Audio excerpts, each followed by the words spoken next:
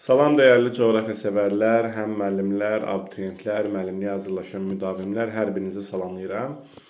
Növbəti bir qəbul imtahanını keçirdik, arxada qoyduq. Dünənləri 2025-ci ilin qəbul imtahanına baş tutdu və biz də birinci qəbul imtahanını arxada qoyduq. Əvvəla uğurlu nəticə əldə edən, istədiyi nəticəni əldə edə bilən bütün abituriyentləri, onların valideynlərini, müəllimlərini, hər birini, başda isə təbii ki, abituriyentlərin özünü təbrik edirəm. Allah daima sizin üçün uğur qapılarını açıq qoysun. Hər zaman uğurlarınız bol olsun. Əvvəla imtahanın sualları ilə bağlı bir neçə fikir səsləndirim. İmtahan sualları həqiqətən də təşəkkürə layiq suallar idi. Keçən ilki o absurd suallardan sonra bu il nəhayət ki normal, əsl coğrafiya sualları gördük imtahanda.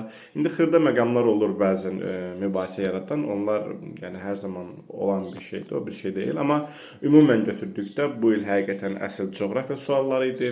Coğrafiya fənninin predmetinə aid olan əsl dərslik əsasında əsl abituriyent olduğunu nəzərə alaraq normal, nə asan, nə çətin. Normal, əsl abituriyent üçün, yəni qəbul imtahanı üçün olan suallar idi. Və bu imtahanda şükür Allah ki, bizim də nəticələrimiz çox yaxşı oldu. 30 sualdan 29 düz yazan, 26, 25, 24, 23 düz yazan və ümumiyyətlə 20 plus düz yazan bir sıra abituriyentlərimiz var. Bu videodan bir daha onları təbrik edirəm. Hansı ki, dünəndən artıq onlarla onsuz da dayanmadan diyaloqdayıq. Sizlərdən də yüksək bal yığanları təbrik edirəm. İnşallah ki, videonun şərh yerinə də öz nəticələrinizi paylaşarsınız. Çünki mənim üçün də maraqlıdır ki, şəxsi tanışlığımız olmasa da bir çoxunuzu məsələn videoların, dərs videolarının şərh bölməsində görürdüm adlarınızı, videolara şərh yazırdınız və mənə də maraqlıdır sizin topladığınız nəticələr.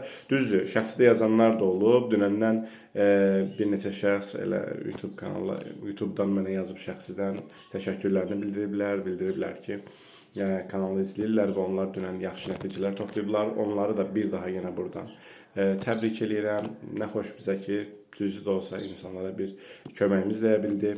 Bundan sonra da indi birinci imtahanda istədiyi nəticəni əldə edə bilməyən abituriyentlər də ikinci imtahanda da uğurlar arzulayıram. İnşallah ki, çalışın. Yəni bu formada bir imtahanda bal yığmamaq üçün, sualları yaza bilməmək üçün bir səbəb yoxdur.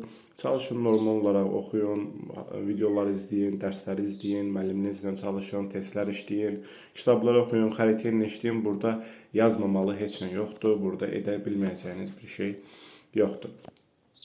Bundan başqa, şans imtahanına hazırlıqla bağlı yazırlar kanaldan. Təəssüflər olsun ki, bu il üçün, artıq yəni bu şans imtahanı üçün qəbul mümkün deyil. Çünki mən artıq hardasa nəinki indi, yəni 2 aydan çoxdur artıq nə abituriyent, nə sertifikasiya, nə MİQ götürmürəm. Yəni qəbul dayandırılıb. Ona görə bu il üçün mümkün deyil. Gələn il üçün isə təbii ki, avqust ayından yenidən qruplarımız başlayacaq. Gələn il üçün qeydiyyata yazılmaq istəyənlər yaza bilər təbii ki. Amma bu il üçün təəssüf ki, mümkün deyil. Qaldı ki, video izahlar yenə davam edəcək təbii ki.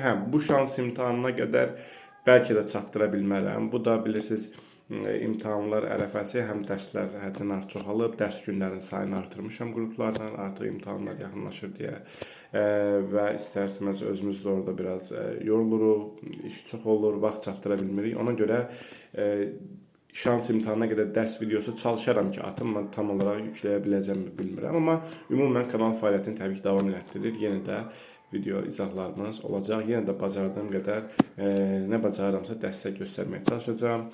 İndidən ikinci imtahanı verəcək abituriyentlərə, eyni zamanda sertifikasiya imtahanı verəcək olan müəllimlərə, həmçinin MİQ imtahanı verəcək olan müdavimlərə uğurlar arzulayıram. İnşallah ki, hər şeyin ürəyinizcə olar.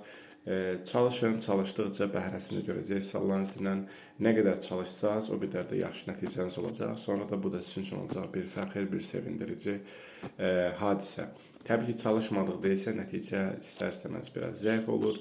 Daha sonradan bizə, belə deyək də, biz bunu görürük, amma bəzən də gec olur. Düzdür, heç zaman gec deyil, amma daha tez, daha vaxtında uğur əldə edə bilməyimiz üçün indidən özünüzə motivasiya qurun və daha çox çalışın ki, nəticələriniz də ürəyinizcə olsun.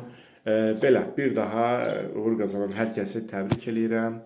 Digərlərinə də ikinci imtahanda uğurlar arzulayıram. Sağ olun, salamat qalın. Yenə də sizinləyik. İnşallah bacardığımız qədər dəstək verəcəyik.